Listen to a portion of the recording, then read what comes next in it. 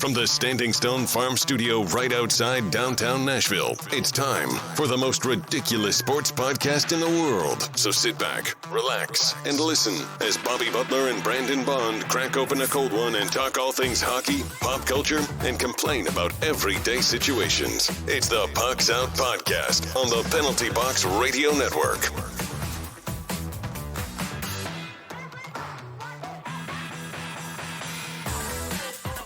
Welcome into the most ridiculous podcast in sports and pop culture. I'm Bobby. He's Brandon. Hey-o. You can find us on the three majors of social media at Pucks Out Pod. Now let's crack open this cold beer and let's get after it. What do we got? The Mayday tossed in sauce? Yeah. Is that correct? Yeah, just splashed a little bit on my computer, but we're back from summer Tossed break. your computer in sauce, huh, bud? It's a very hoppy beer. Not bad though. Not horrible. It's all right. Yeah. But it's fun to be. It's finally good to be back. We've been out for a while on our summer break, if that's what you want to call it. But we are coming back hot. We got our regular show, and probably releasing tomorrow on Friday is going to be a special the Fantasy Goons episode. We're doing our free agency frenzy, going over all the free agency moves in the NHL. So be on the lookout for that. I have to say something, Bobby. It's been an extremely good run. We're on episode 74 now, and it's sad that it's got to come to an end in this studio because we're moving to a new spot. We next week we'll be coming from a new studio, Standing Stone Farm Studio number 2. We'll still be right outside downtown Nashville. But Standing Stone Farms 2. Yeah, Electric Boogaloo. I mean that's going to be what's up. That one's going to be more official though, and that's when we're going to start bringing you video of not that anybody wants to see us two get drunk on camera, or maybe they do. I mean, probably mostly our employers, which you're your own employer. State of Tennessee probably wants to see me.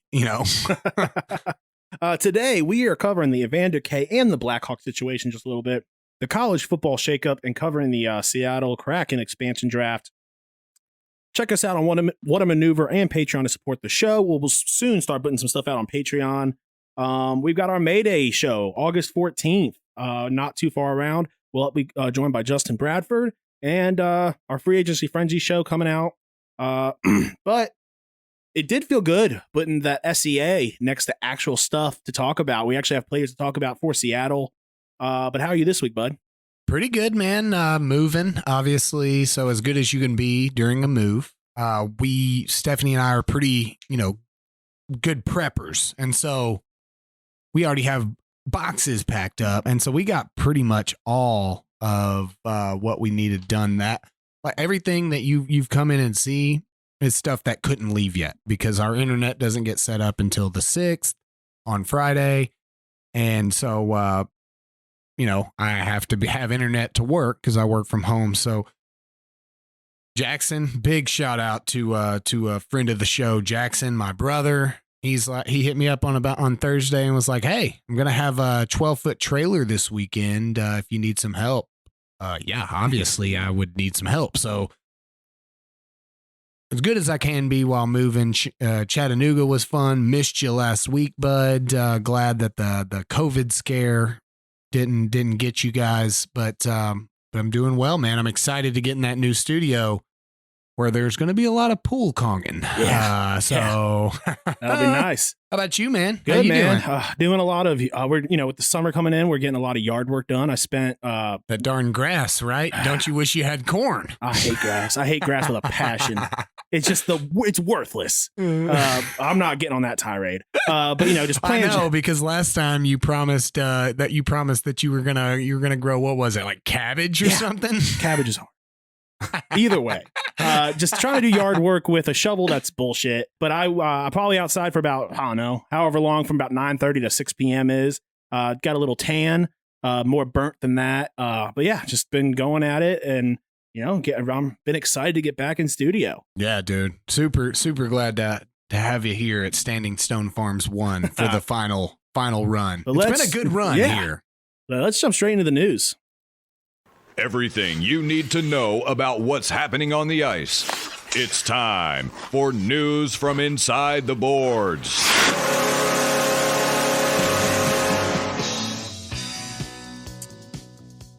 the Evander Kane situation, which surprisingly I just had to sum it up for you here a second ago. You had no idea about it. I've been in the move zone, dude. Yeah, it's been all over social media, all over the headlines in the NHL. It's, for those of you that don't know, there's a lot to it, so you can do your own research, but pretty much his wife put him on blast for gambling on his own games. There's an investigation into that. He denied the allegations. He roasted him. But and according to The Athletic, a bunch of Sharks teammates have come forward and said they wanted him to get traded last season, and the Sharks could not find a trade for him.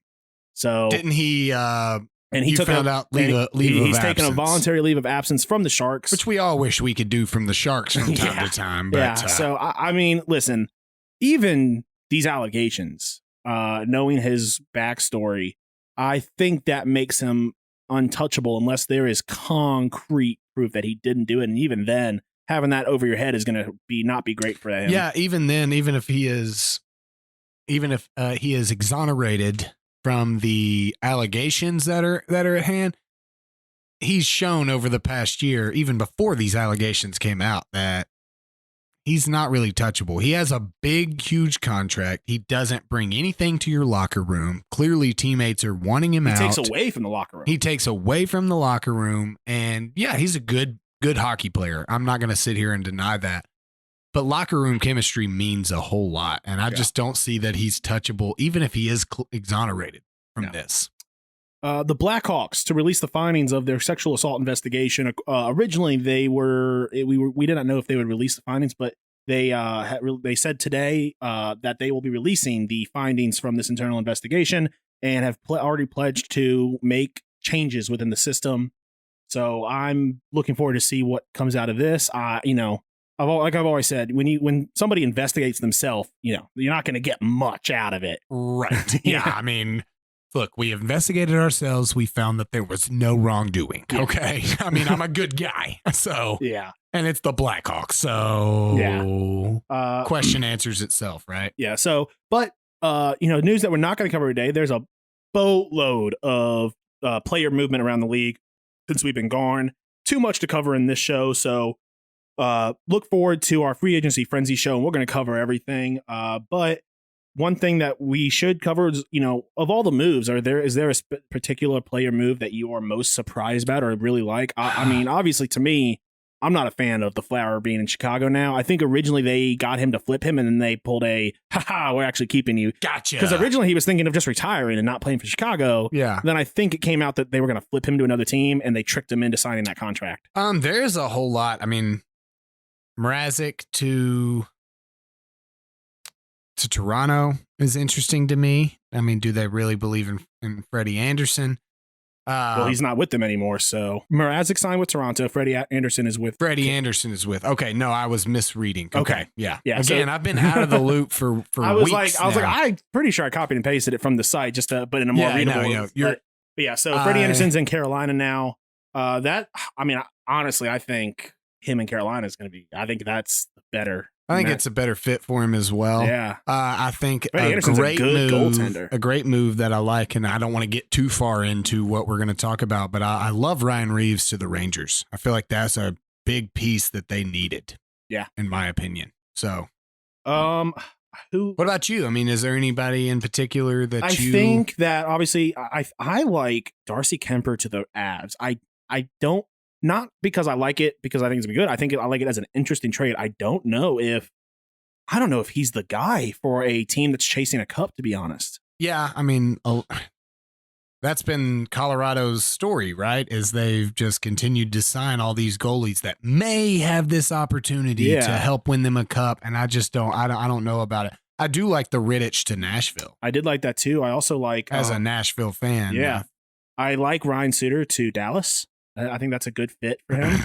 He's making his rounds in the Central, isn't he? He'll come back to Nashville eventually. He's the Central's bike. Everyone gets a ride, all right? Yeah, but let's not talk too much because, I mean, I could literally go through there, and there's a lot of great moves to a lot we always of good do that. teams. Oh, we're not going to talk about that, except we're going to talk about this, and the part of it. Right, and then we're going to get 3 segments down, and we're going to go back to it and talk about it again. So. All right, so let's jump straight into outside the NHL. Now that you know what's happening inside the boards, Time for the rest of the headlines with news from outside the boards. I love August, man. Mainly just for sports. Me too, dude. You get it all, August brother. 1st is usually when I start listening to my fantasy football stuff. I start getting back into the rhythm of it. Getting excited for preseason hockey. Oh, that's when free agency comes along. We just did our dynasty draft, rookie draft. I'm sure that was fun for y'all because I just got to watch it. I had no picks this year. But we're going to start off with the shakeup in the SEC. Texas and OU have joined the SEC. Dude, I'm sorry. When this show releases, we have NFL football back. Yeah. Hall of Fame game. Hall of Fame game this Thursday. So I'm excited. I'm not going to watch the game, but I'm so excited. I'm not going to watch it. I'm excited. It means that it's foreshadowing the real. Yeah. Most people are always excited for the Hall of Fame game. They don't want to watch it. That just means that football started back. Yeah. But yeah, so Texas and OU joined the SEC. SEC is looking like they are the beginning of the end for the NCAA in the next 4 or 5 years. There was rumors, which have since been debunked, going all over social media and everywhere, that Clemson FSU wanted to join the SEC. That has been debunked and was not the case. Because, I mean, honestly, why would Clemson want to make their path to the playoffs even harder? Now, keeping in mind that Texas and OU will officially join the SEC for the 25-26 season. Oh, I did not know that. So it's not immediate. I thought it was immediate. Contractual. That's dumb. Obligations, but a lot of people don't like it. I love it. First of all, the people that don't like it are not SEC fans, which we already get to watch the best football all the time anyway. So adding 2 more powerhouses to the conference. I don't see how that has anything to do with it. I'm not an SEC fan at all. I love this. That's what I'm saying. I understand that the SEC is more that's because football. you're a educated sports fan that knows better teams. Like I'm an ACC fan, and I love this because first off, let them beat up on each other all season. Yeah, I'm cool with that. But getting to see Texas play all these teams, and you still get the Red River rivalry. I mean, it's going to be great. I'm excited for it. Absolutely, you get Texas A&M again. Apparently, the Texas governor wanted to put forth a bill, not letting them join, and it got no traction. Because that's the stupidest thing I've ever heard in my entire life. Like, the Big 12 is not a part of the Texas government. What? Yeah, I mean, look. We don't like big government here in Texas, but dadgummit, you're not joining. And you're battling the opposite. You're battling the same side there. It's not even like somebody's going to get your back on that. It's like, bro, like you're battling all of your allies right now. Like the SEC is... they care. We can all agree. More than likely, he was an A&M graduate. We can all agree that most people in the Southeast care way more about SEC football than anything that's going on externally. Yeah. But the Pac-12 and the Big 12, their commissioners are meeting this week to discuss a merger, and until that merger can happen, scheduling deals so that they can play extra outer conference games throughout the season on a regular basis. They're going to need it because look, the Pac-12, in the words of Rick Neuheisel on Born in the SEC, the Pac-12 is just late night TV. Okay, you just happen to be up at 10 p.m. I wouldn't be surprised if by 2026 we are down to one big SEC, whatever the Pac-12 and Big 12 combined, and the ACC and Big 10 combined. SEC versus everyone, baby. Let's do it. But the SEC is looking at doing a 9-game conference schedule, which is perfect for me. I mean, because like there are certain aspects of the SEC, and I'm sure there will be divisional realignment, but there's certain aspects of the SEC that have to happen. Yeah. Auburn has to play Georgia every year. Tennessee has to play Alabama every year. That you have SEC fans that want this to happen, and then if you don't have those specific things, and I'm sure there are others, that they're going to turn on you immediately. I mean, Georgia and Auburn is the Deep South's oldest rivalry. They've been playing for tons of years. I mean, Alabama, Tennessee, third weekend in October. You can count on it. I mean, there's going to be things that need to happen.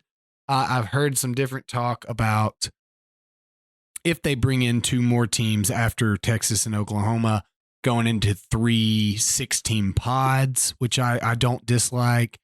I mean, there's a lot of different options, but I think there definitely needs to be some realignment that to make it make sense. Yeah, I mean, Missouri should not be in the East. If that just throw them in the Big Ten or something.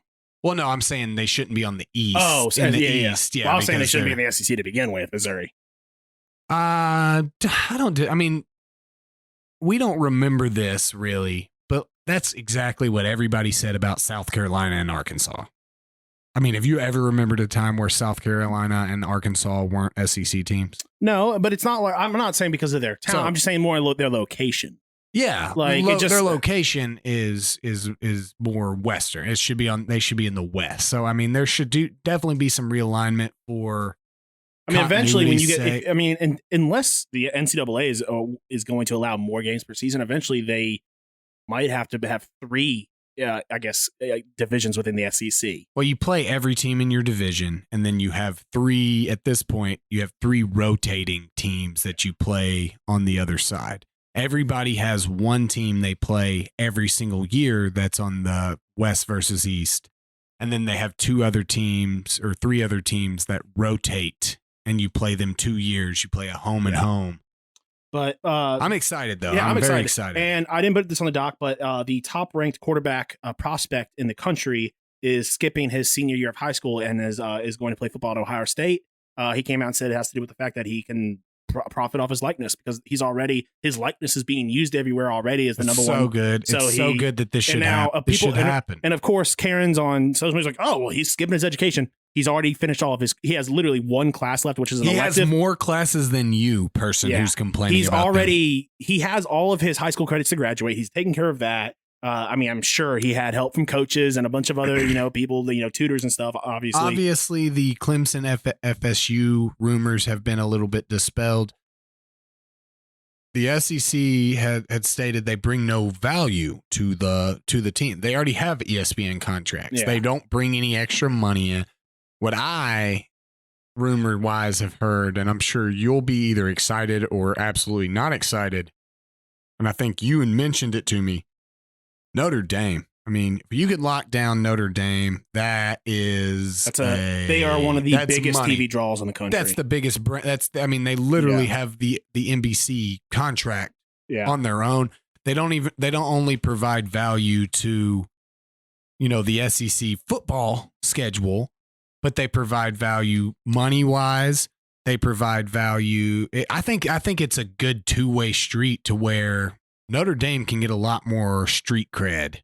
Yeah. Throughout true college football fans, if you run through a good SEC schedule, there's no question about whether or not Notre Dame deserves to be in the playoff. Yeah, I think.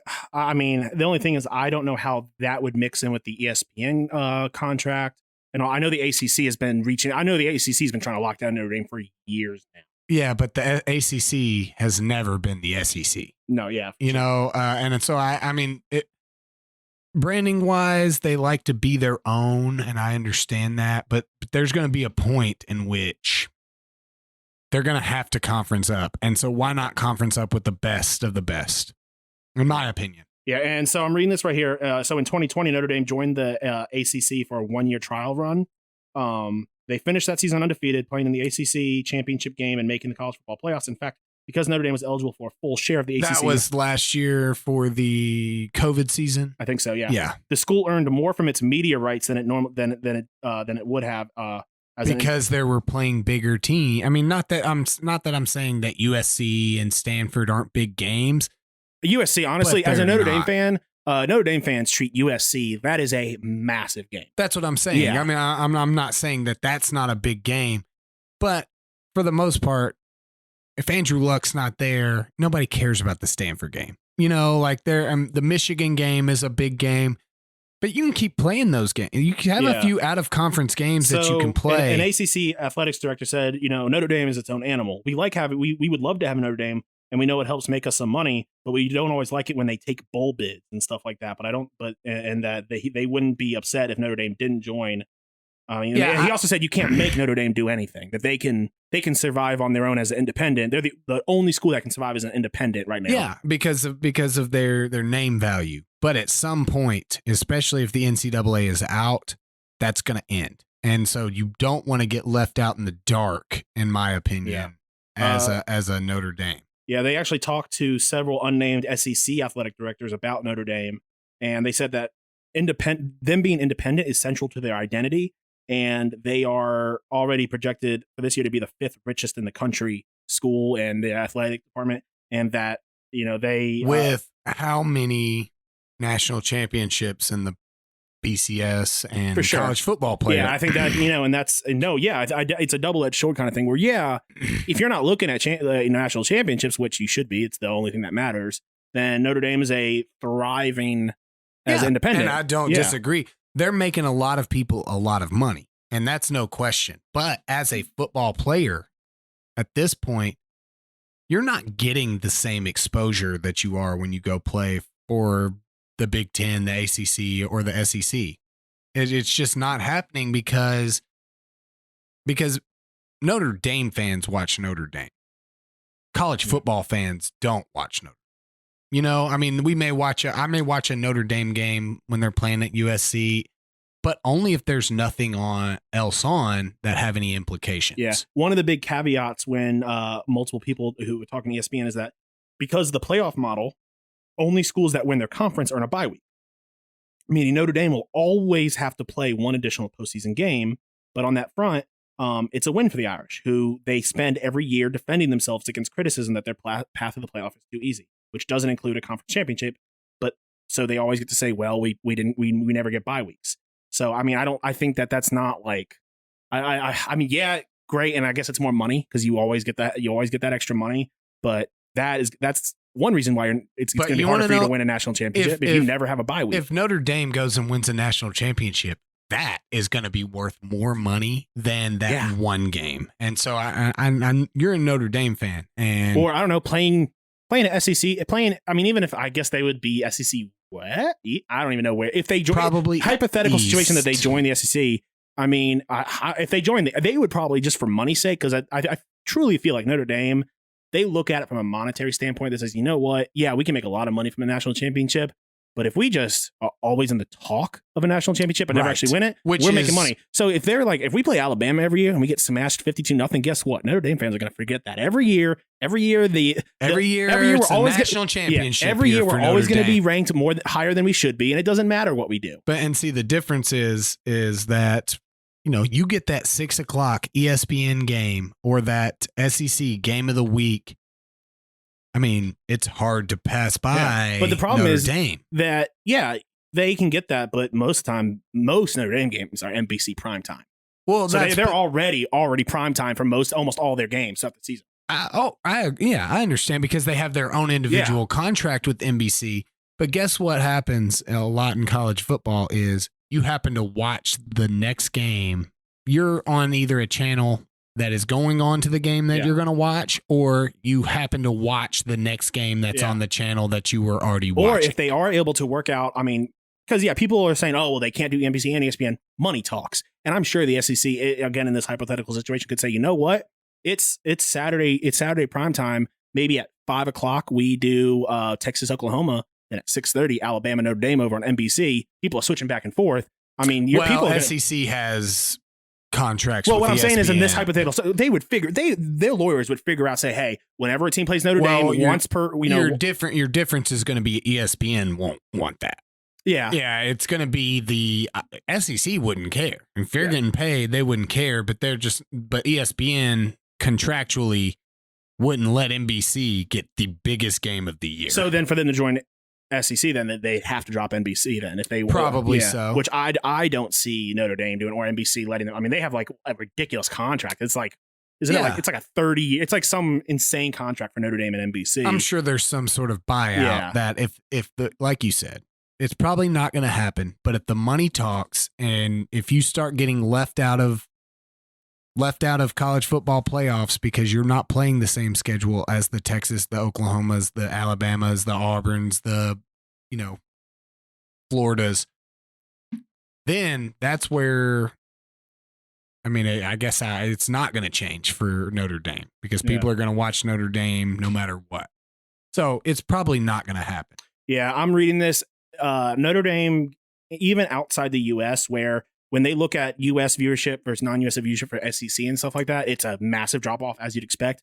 The same is not said for Notre Dame. Well, it's because they've cornered a Catholic market. Yeah. Okay, so yeah. Think about all the stuff. Like if they join the SEC, Catholics versus Protestants every weekend. That's what I'm saying. The Catholics versus the convicts. Bring it up. Yeah. They're playing Florida this weekend. Heck yeah. We should probably stop talking college football. This is your fault. You put it on the dock. Let's move into our main topic. We've got we're looking at the Seattle Kraken expansion draft. All right, so we've got their expansion draft, and a lot of these, honestly, I don't think they did a good. This was not a good job by them, but again, we'll see what happens. Jeremy Loizon from Boston, old Billy Borgen from Buffalo. I'm sure it's Borgen, but Billy Borgen sounds a lot better. Yeah, it's way better. Dennis Cholowski from Detroit, Chris Dreiger from Florida, Cale Fleury from the Habs, Joey Decord from Sens, Yanni Gord from the Lightning, Jared McCann from the Leafs. The Metro, Morgan Geekie, Carolina, Gavin Bayreuther. I really picked these, which ones we read, and I really regret mine. Columbus, Nathan Bastion. Devils, Jordan Eberle. Islanders, Colin Blackwell. Rangers, Carson Twarnski. Flyers, Brandon. You think that's right? No, I said that's a name. Yeah, that's a name. Brandon Tanev, Penguins. Vitek Vanek, Capitals. Vanacek. I have really messed that up. And then it's you for Central. We've got Tyler Pitlick from the Yotes, John Quinville from the Blackhawks, Jonas Donskoy, which I do like Donskoy. Eunice. Jamie Oleksiak from the Stars, Carson Saucy from the Wild. That's a dope name. Yeah. Callie Yonkrock from the Preds, Vince Dunn from the Blues, Mason Appleton from the Jets. Pacific Division, Hayden Fleury from the Ducks, Mark Giordano from the Flames, Adam Larson from the Oilers, Curtis McDermott from the Kings, Alexander True from the Sharks, and Cole Lind from the Canucks. Yeah, just from eyeballing it, not a fan of it. Draft. Well, you want to know what happened here, and you may have read into it a little more and correct me if I'm wrong. But not only did the GMs learn from what happened last time, everybody protected their big contracts. And so the problem was that they had to leave a lot of these cheaper contracts available. And so the cheaper contracts that guys are getting underpaid were taken. Wild Bill Carlson, different instances like that. But the GMs realized, I can leave my big contracts open, and Seattle can only take so much of that from every team because of the cap. Yeah. And so that is really what happened is everything that we had the problem with the last expansion draft from Vegas, the GMs learned from and didn't leave those available players that were getting underpaid available. They left their big $8 million contracts, Duchesne and Johansson, available. Yeah. Not that he was getting $8 million. Say again. I really wanted them to take one of them. Yeah, it would have helped our cap. It would have taken from their cap. And so that was the big problem is that we all looked at it as we don't get to protect as many players, so protect your big guys so they don't get taken, when a lot of teams didn't do that this time around. Now, they did pick up Philip Grubauer. Honestly, I think truly one of the elite goalies. Now, the NHL has rejected that move because they top loaded his contract and it didn't follow the rules. So I'm assuming they're just going to rework the contract. Vitek Vanacek is actually back at Washington. They took him from Washington, then traded him back to Washington for a couple picks. So, but we're going to cover that. They were able to get Vince Dunn. They were able to get I'm trying to see who we didn't talk about. Eberle, Jared McKinn was a great. They were able to get a couple guys after the expansion draft. But yeah, I think Eberle is a great. Wasn't Yarncroke was a great grab for them. Grabbing the Flames captain is pretty dope. Yeah, I think that they needed someone like that for sure. I think that this is more conducive to what you need to do as an expansion draft because you have to build a fan base. Yeah. When Vegas becomes bad in a few years, and all teams do, all teams turn bad at some point in are their fans going to stick around and be okay with it? Yeah. Because, the Predators have built a loyal fan base because for 10 years we were not good, and so you were a Predators fan because they were in your town and you were their fan. But I don't think Vegas will have an issue with it because so much of their fan base is people coming in and out. But honestly, sure, you're playing a risky game and it's just a fact of being a sports team. We almost lost the Preds. When the Preds are really bad, they almost left Nashville. So you play that risk, but obviously that's the a fact risk with Vegas. Yeah, I don't think they will leave. I think Vegas is a very unique animal. When money talks, though. I think that there's enough money in Vegas that even if they're bad, I think that they can look at past stuff and say, what, we're gonna get better. We have the money to. I disagree with that for this one point. For a team like the Raiders that are now in Las Vegas with 8 games throughout the season, you can get away with it. But 41 games is a lot of games per year to be bad. Well, what I'm saying is because of the atmosphere in Vegas, you're gonna fill seats. It's just, there are people coming in and out of Vegas so often. Yeah, but my argument with that is that you're in Vegas. The product is bad. Your team's not playing. Why would I go to a bad hockey game when I can do all these other things? I think so many of the Vegas? people that go to these games aren't actually hockey fans. They're there for the atmosphere because they have set up because the atmosphere is good because they're winning. Honestly, again, we don't know because we haven't seen them bad. Sure. I just seen how the show they put on. Honestly, the show they put on because they're winning they're getting the money. I think that I disagree with it. And again, we'll see. But I think that even now, obviously, if they get really bad, if they're bad, that's what I'm saying. But every hockey team has to experience being bad. I think a lot of teams are bad, but I think we do see some look at Pittsburgh. Right now is when Pittsburgh was supposed to be bad these last couple of years. Yeah, because the difference in Pittsburgh is they have Sidney Crosby and Evgeny Malkin. It doesn't matter how bad they are. To be able to say you went and saw those two players play is a lifetime level of experience. Whereas ain't nobody saying that about Max Pacioretty. Now let me tell you, I think them getting rid of Fleury, who was a fan favorite, and Fleury himself, I truly believe, and that was bringing people into the game. Getting rid of him, I think, was a huge mistake, whether they had to do it or not. But it's one of those things I truly don't know. I think that they'll be fine. I don't think they're going to leave Vegas if they get really bad. I think they're going to make it through. That's that possibility. Yeah, I think they're going to weather. I think they're going to weather the storm.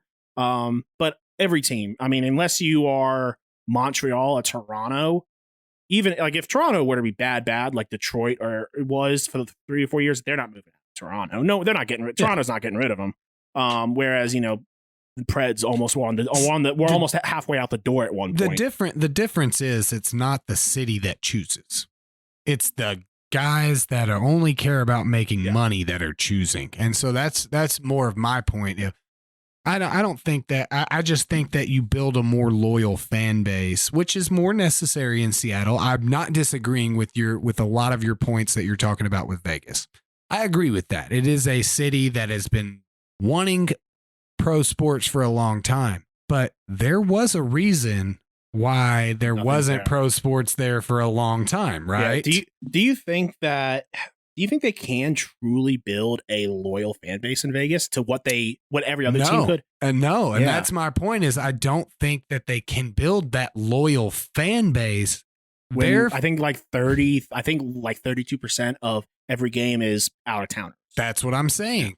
I mean, we will go because we're huge hockey fans, but if we weren't big hockey fans and sports fans in general, we're not a good example across the board because we'll go to any sport for any reason. Give me a water polo tickets when I get into town. I'll go. That person that isn't a sports fan that is going to a Vegas game for the show, are they going to go to the Vegas Predators game? I think, or are they going to go to the Britney Spears concert being hosted? I think what is very different about Vegas is that you've got hundreds, if not, I don't know how many T-Mobile Arena sits, but I believe it's like 5,000 seats are reserved for hotels, and the hotel pays for the tickets and then they comp them out to people. But will they keep their contract if it's no value to the people coming in? Honestly, I think they will. Knowing Vegas, having been to Vegas so many times, knowing the kind of garbage shit they give me, they give Carrot Top stuff out. Are you telling me I truly believe that a bad Vegas game is better than Carrot Top. Yes. Well, again, we are not good judges of that, but Carrot Top is always Carrot Top. You're going to a hotel that's giving you Carrot Top tickets. You know what Carrot Top is when you go in. Whereas Carrot Top was the Detroit of hockey. You may not be a sports fan, and free tickets to a fun event where, you get to cheer on the Golden Knights and they're going to win is different than knowing exactly what you're going to in the show that you're going to. And so I'm not disagreeing with you, but like you said, 30% of the people that are in the stands are there in Vegas. People are there to gamble and have fun.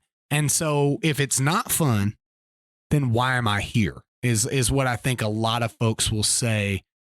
I think what would help them keep from leaving is that so many of the fans are the opposing team fans, and because the team at the end of the day, they don't give a damn. They're spending their money on the concessions, on the tickets. No question. I think about having that. such a large amount of away fans there after 10 or 15 years, you've already been to a Vegas game. What's the draw of going to the Vegas game? I'll be honest, that is my fear for all Vegas sports is after 10, like where we are in 15 10 years. or 15 years. There's been in 15 a reason. years when the Raiders are still in Vegas and they're bad because they're the Raiders.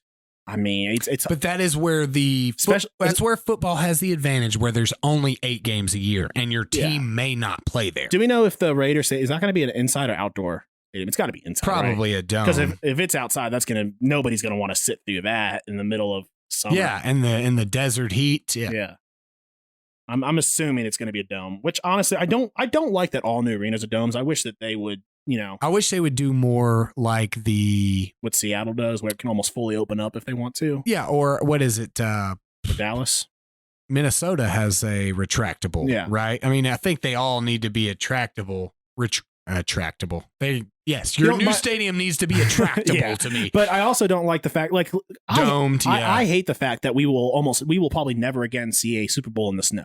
To me, that the weather is a part of football, and I think that if we were to get like, I don't know, Buffalo versus Green Bay, I don't know if they're in the same division or not, like a conference, I can't remember.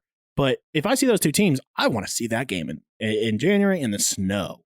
Like, it is more logistics of it. I mean, because remember a couple years ago when it was in New York and the snowstorm happened and we didn't get half of what we got from general. And I agree. I don't care about all the media week and all that stuff. I care about the game. And I guess we sometimes get that in conference finals and stuff, especially with the Bills now being better. Yeah. Yeah. I mean, I think the Super Bowl is such a big game that I don't want weather to play a factor into it. But yeah, I mean, it's going to be interesting to see where it goes from here. I mean, rich people are rich and understand things. If being in Vegas, you were able to make money long term, then why wasn't anybody in Vegas? To be fair, though, things have drastically changed. I mean, sure, just with technology, social media. I agree with that 100%. I mean, if the NFL starts, I mean, if professional sports allows a bookie inside, I mean, that's going to Vegas will never. If they Which allow is that, why Vegas will I'm never not- leave. Which is why, I'm normally staunchly on my side of things because I believe what I believe.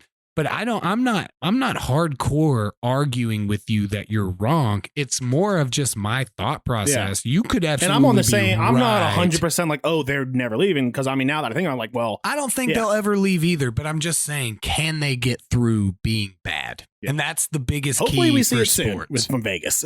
Right. Yeah. I mean, and I think we will because they're not adding a whole lot of pieces each year, just enough to stay relevant, and they have a good team there. So we'll It'll see. be interesting how Seattle does.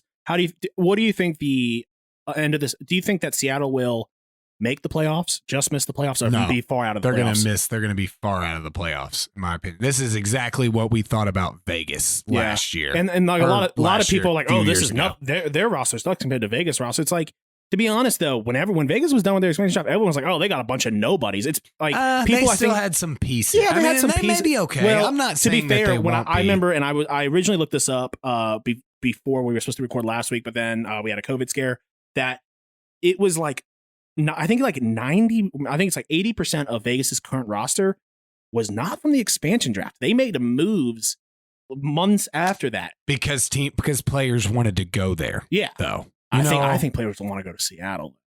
I don't necessarily. I mean, I'm not saying they won't, but I'm saying if Seattle's bad, why would you want to go there? I mean, and it's all about the money. But I mean, I'm interested to see where this goes. I think they'll be. We said this with Vegas. They'll be far off from the playoffs, and I could be absolutely wrong. And I'll eat my words because I mean, I'm not opposed to saying I said that about Vegas. So we'll see. We'll see where they're at. All right, let's jump into joke of the week. The weird. Corey Perry. See, I don't like this. Wild. I think the first read was a good one. Now I'm overthinking it. Outlandish. Each sixth chick sat on a stick. Little tongue twister. And downright dumb. Kidding me. It's time for the joke of the week. Before we get into the joke of the week, I do want to say that the Vegas roster is not nearly as good as either one of our rosters.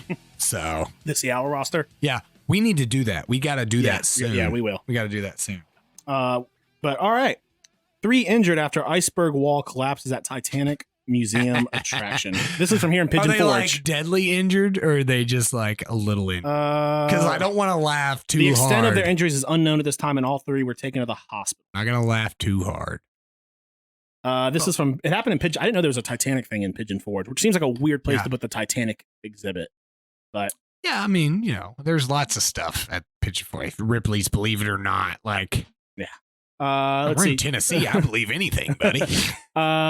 So after talking with the owners, needless to say, we never would have expected an incident like this to occur.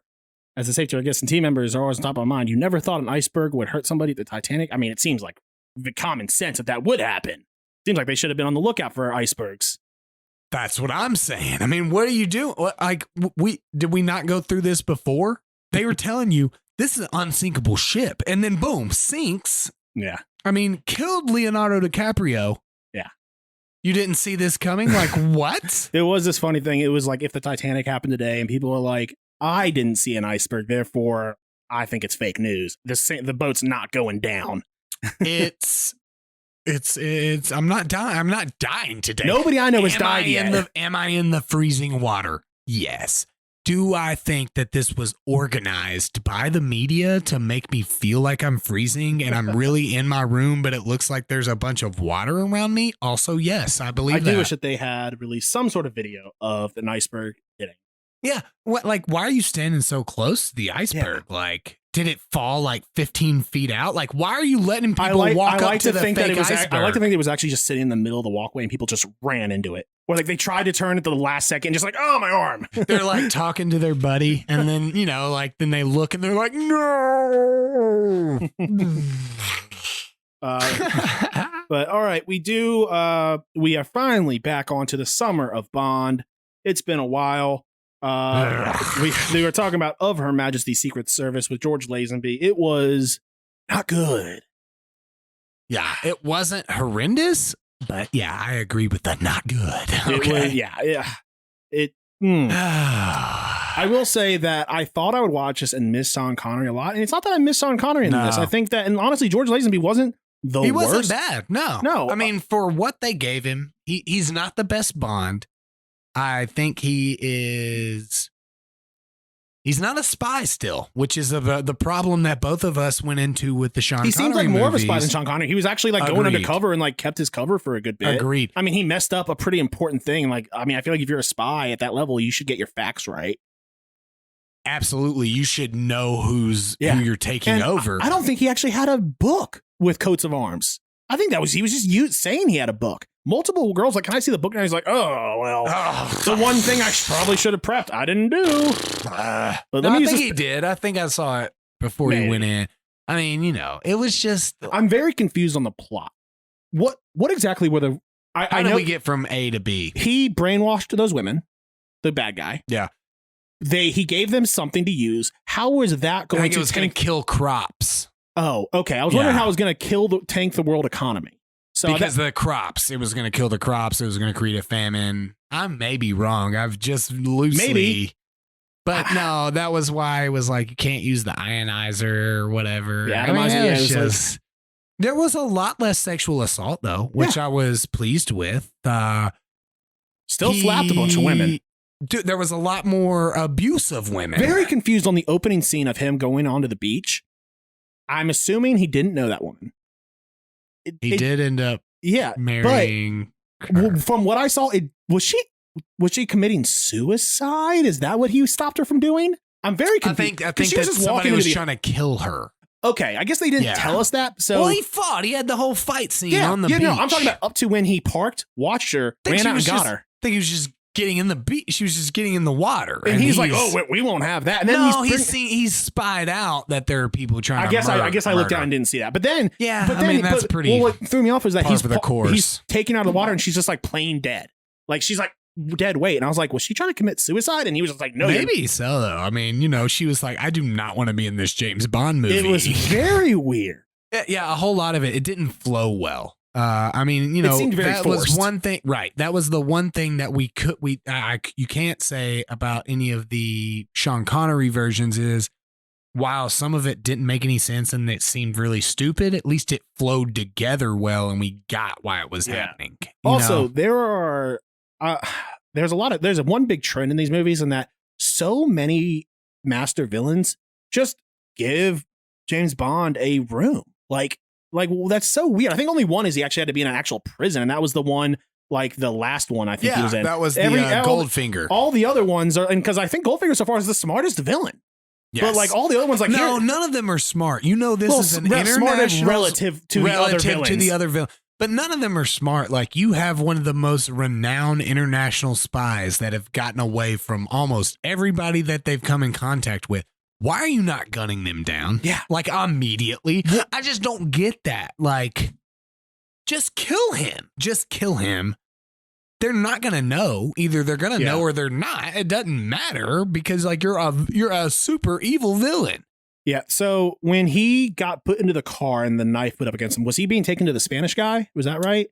I don't understand how the Spanish guy went from being an adversary to an ally just because he wanted to bang the Spanish guy's daughter. Was that it? He was like, oh, I'm not going to, I mean. You're talking about the guy whose daughter he married eventually? Because he started out as I think that it was just he wasn't going to go with him willingly. They just had mutual, mutual enemy. He wasn't the Spanish guy didn't take him there. He brought the peoples brought him to the Spanish guy. Yeah. And then he was like, I'll give you $1 million to marry my daughter type of stuff. Because I think he was also into some shady business. Yeah, he was definitely, but he wasn't like so bad that James Bond had to get involved. He was like, yeah, right. And he was like, but I think he like snug, and that's how he found out about the Swedish guy, whatever. Yeah, well, because like remember, he was going to get information about the dude that he wanted to get information about, and $1 million if he married the daughter. And then there was that scene at that one horse track or whatever, where the daughter was like, no, just give him the information the bullfighting for free. The bullfighting, that's what it was. Yeah. So, I mean, it just didn't flow well. Yeah. And I loved how he used, and you mentioned this as well, because I was going to mention it. how he used the same line when he was playing a gay man that was up there to, do some studies or whatever in the mountains. He's like, well, both of them are like, I thought you didn't go for girl. And he's like, well, I don't, but you are just like unlike any other girl that I've ever encountered. Are you saying she's man-like? I'm very confused. I'm very confused about that. But I mean, got to go to Pound Town with Too Hottie. At least at least they were willing to do it. He didn't have to trick her into it, which was refreshing from the James Bond movies. So he's definitely got to get tested when he gets back, though, for sure. No doubt. Or maybe he doesn't. He doesn't care. It's actually a weapon. It's a secret weapon that he uses. He's like, look, you're about to get gonorrhea'd up, girl. What's up? Hey, this is 1969. It's AIDS now. I also love how, every different movie, they have to involve some extreme sport in it as well. Like it was like the Olympics and or the X Games paired up with James Bond movies. So they showed up in the town. They had the Olympic rings on. What an insane city this was for Christmas. There was curling. There was figure skating. There was racing. A race car. A race. There was a race. There was luging or whatever it's called. Luge, yeah. And I'm just like, and first off, luging, we've noticed in the Olympics, is an incredibly hard and requires pinpoint concentration. They were sitting there shooting off of it. They fought on it. There was at one point where they were both on the same luge having a fist fight. We see Olympic athletes crash their luges all the time, and these guys are just like sitting there fighting on it. I mean, clearly these people had never seen Cool Runnings, okay? Where, these Jamaican bobsledders get knocked off the luge and have to do the walk of shame and everybody, claps for them. But no, apparently Cool Runnings should have allowed for James Bond to happen, to come join our team, because you can literally have a whole scale fight on a luge going down this mountain. No problem. Uninhibited. Yeah. I was, they're getting a little more brazen. Not as brazen as the dragon, but brazen nonetheless. I did find hilarious the scene with the guy falling off the cliff. You can tell it's like something on a string going down, because it's like he just stays the same. Yeah. And it's but the longest fall I've ever seen in a movie. I was about to say, like, this is going on. That was like 13 minutes of the movie of this dude falling. Like, it just seems like you could have just panned to him falling real quick, breaking his legs or whatever. You don't even have to do anything. But no, we're going to show you the entire special effects section. And the guy going into the snow chipper.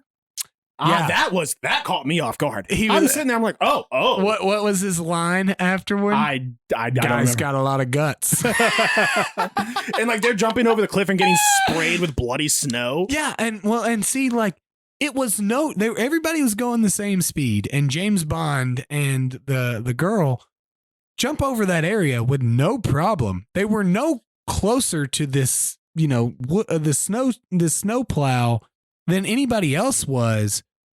But this guy just doesn't have enough athletic ability and speed. Like, you got the skis. Like, you know how to ski, man. Yeah. Like, you're a henchman. Do you think these henchmen like had to learn how to ski just for this job, or do they just all know how to? Because here's the thing: when they start going down, I feel like it'd be faster to go straight line. They're doing the little the bumps, like going back and forth. Like, oh, gotta look cool. I'm doing this slaloming. They're slaloming down when they should just be going straight down.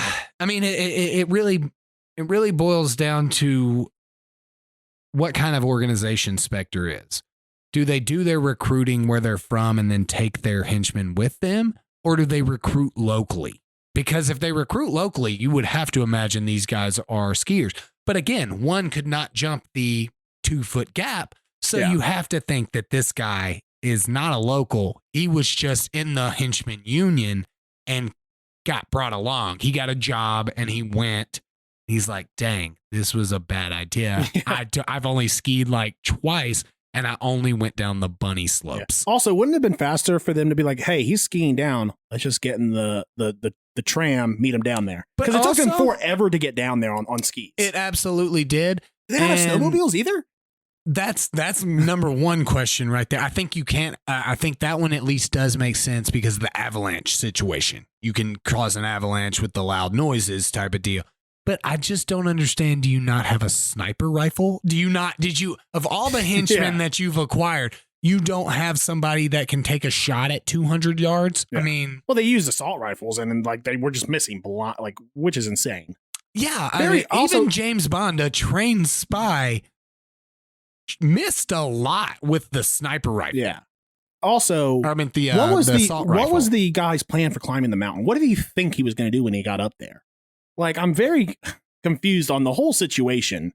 He was like, I'm going to climb this mountain, and when I get up there, I'm going to was going to foil the entire plan. Yeah, there's a lot of confusing aspects to this, so we Not a should great- move on. yeah. We should. What do we have up next? Do you know? So we have Diamonds Are Forever, Live and Let Die, and then Drinking Game is The Man with the Golden Gun. All right, let's move into this or that.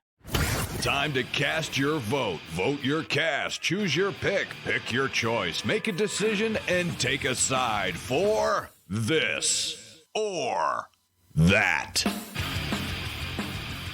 Don't feel like this is going to be very long. I think this is a very easy question. Yeah, I think it's very easy for me as well.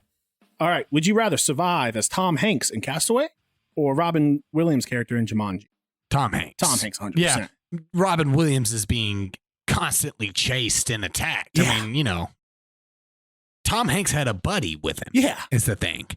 Wilson. So, I mean, you could probably, I feel like, yeah. I mean, I'm trying to think of like a reason why I would go with Robin No. Williams as no, Jumanji. and you don't even like Robin Yeah. Williams as a person. I would annoy myself. Honestly, I may choose the Robin Williams character if Tom Hanks played him and Robin Williams played Tom Hanks in Ooh, Castaway. Yeah. Because, I mean, Tom Hanks seems like he would be a fun guy. Yeah, Robin Williams would have lost his mind even more if he was in Castaway, and he probably would have just. I mean, I don't even know what would happen because he's not of the right mind to be on a deserted island.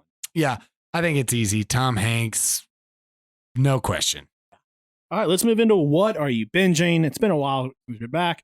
I finished up campaign 2 of Critical Role with the Mighty Nine, so I went back and started campaign 1 with Vox Machina. Okay. It's very funny. You can tell it's probably about 4 or 5 years old, but it's a real fun watch on YouTube. I believe there's about probably about 104 episodes, each one about 4 hours long. I think I'm on episode 84 now. Wow, yeah, that's a whole lot, man. I listen to it. I like listen to audio. Sure. Yeah, But I'm yeah. saying that's still a whole lot. Yeah, but I usually fall asleep to it, and it honestly it takes up a lot of time because I like shows that I can watch for a long time. I mean, Mighty Nine took me almost a year to finish fully. Yeah. But yeah, but it's very Super fun. If cool. you're a fan of D&D, it's always good to watch that. That's like the premier D&D show. Yeah, I've heard many things Yeah. from you and other folks.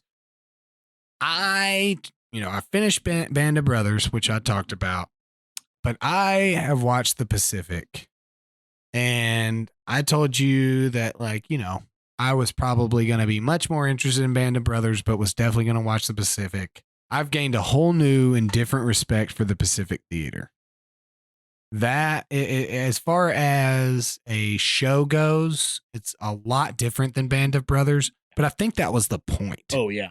That, I mean, the Band of Brothers, those dudes got weekend passes to go to England and Paris and stuff.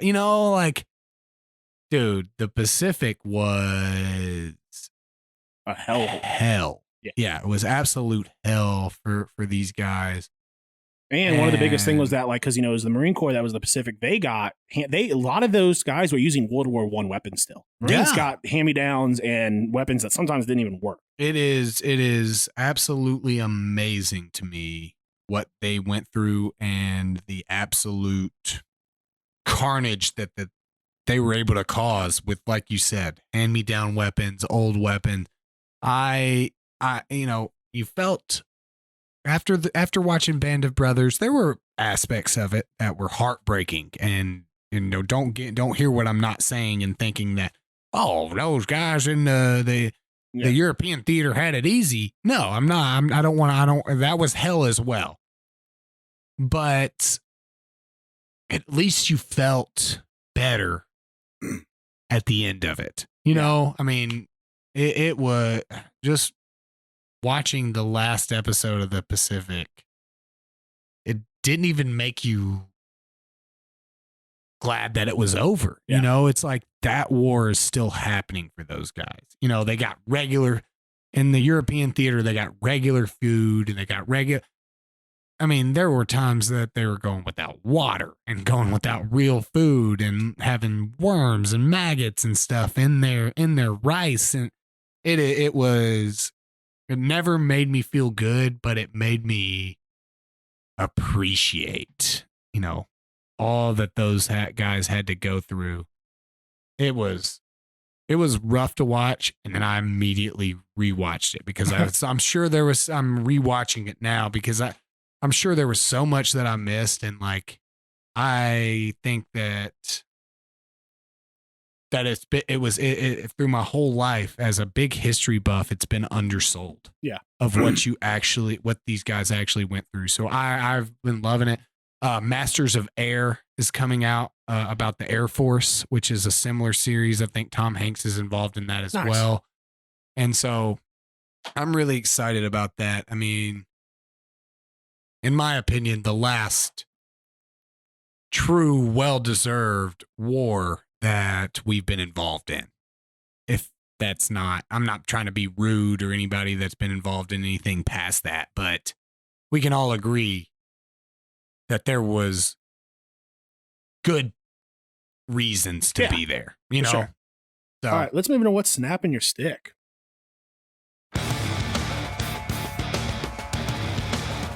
Bobby and Brandon are about to find out exactly what snaps their sticks.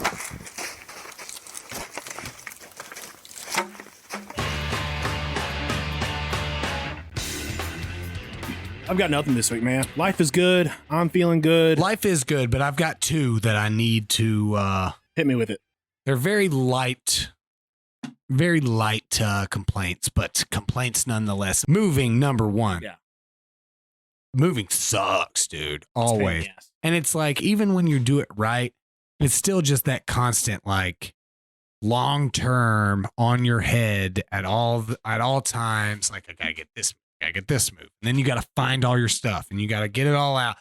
So I hate it. I just want to throw that out there.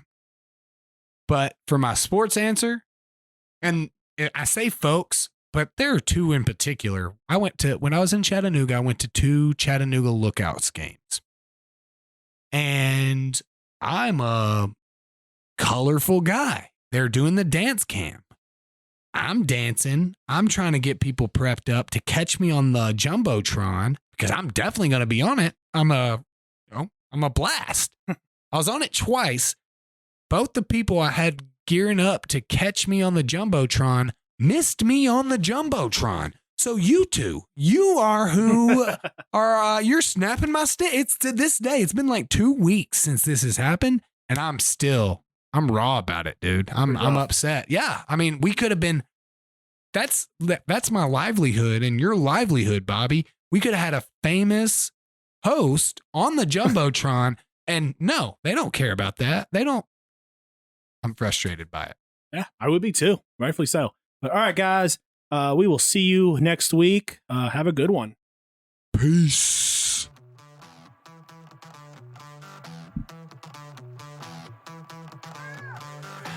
Thanks for listening to the Pucks Out Podcast. To see what other ridiculousness the guys are up to, check them out on Twitter and Instagram @PucksOutPod.